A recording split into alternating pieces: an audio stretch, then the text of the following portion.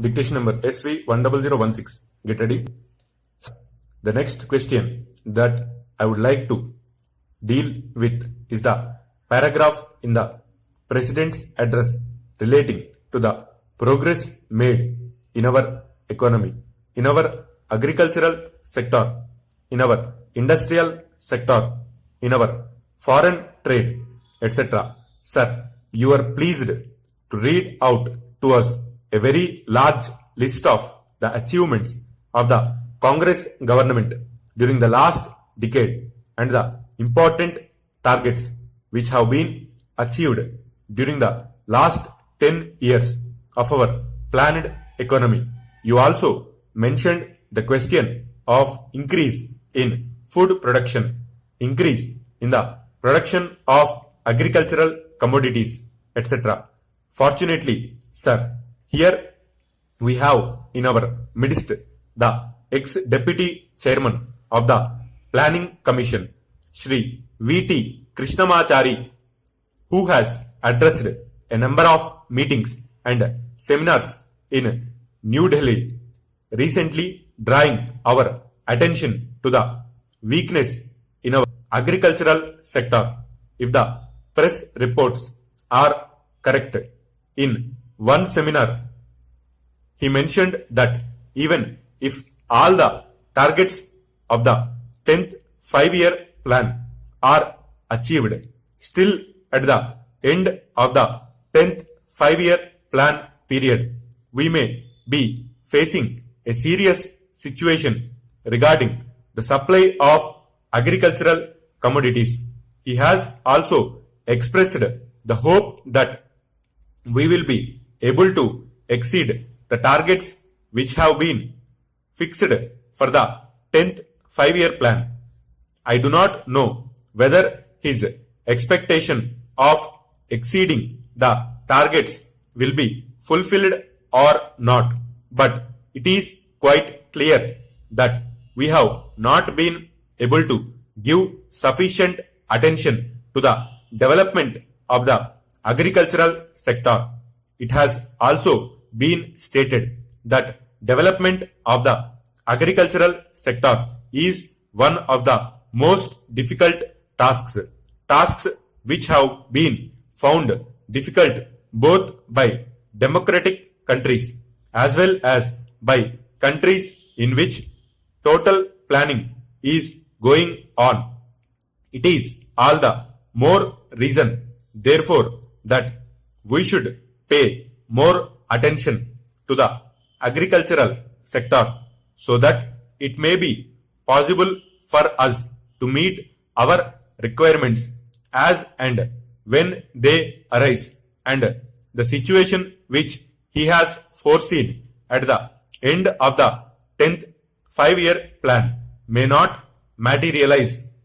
It is no use merely taking refuge behind some of the figures which have been compiled and narrating the progress which has already been achieved. We are happy that some progress has been achieved, but we are anxious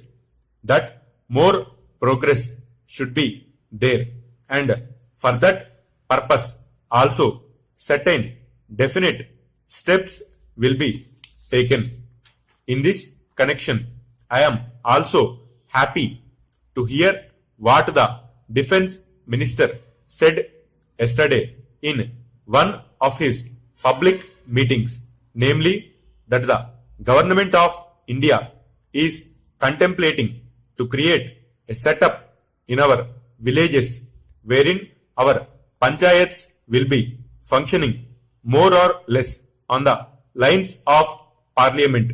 Unfortunately, he did not elaborate that point further, and the press has not thrown any more light on what that exactly means. But if it means that the panchayats will be in charge of the resources that are available in the villages, that they will be in a position to determine how best the productive efforts in the villages are to be directed, and in what direction determine what targets are to be achieved. And when the production is there and there is a surplus to be exchanged with other centers in the country, that the panchayats will have their say in the matter on what terms this surplus will be exchanged with other centers in the country. Then I think a very valuable step forward in the direction of building our economy on a decentralized basis will have been taken. We have always taken the view, sir, that if planning is to succeed in our country and if there is not going to be any regimentation of our productive activity and forces, what is necessary is that the common man should have a voice in determining the economic policies and in formulating the economic plans of development, and should have also his say in determining on what terms a village or a group or an industry should be working for the development of economy as a whole. In other words, some amount of competition, some amount of bargaining power is to be generated in the lowest strata of our society and in the lowest rung of our economy, so that with the help of that bargaining power, under the overall influence and policy of the planning commission, it may be possible for us to develop our economy in a manner which satisfies both the interests and the requirements of the nation as well as the aspirations of the people. When people feel that they also have their say in the formulation of policies and programs, and that such policies and programs are not something which is dictated from New Delhi, but are those which have been worked out by their own force and as a result of their own deliberations. To that extent,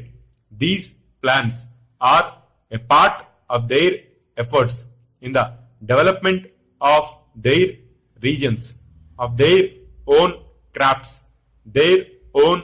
industries, and their own skills. Stop.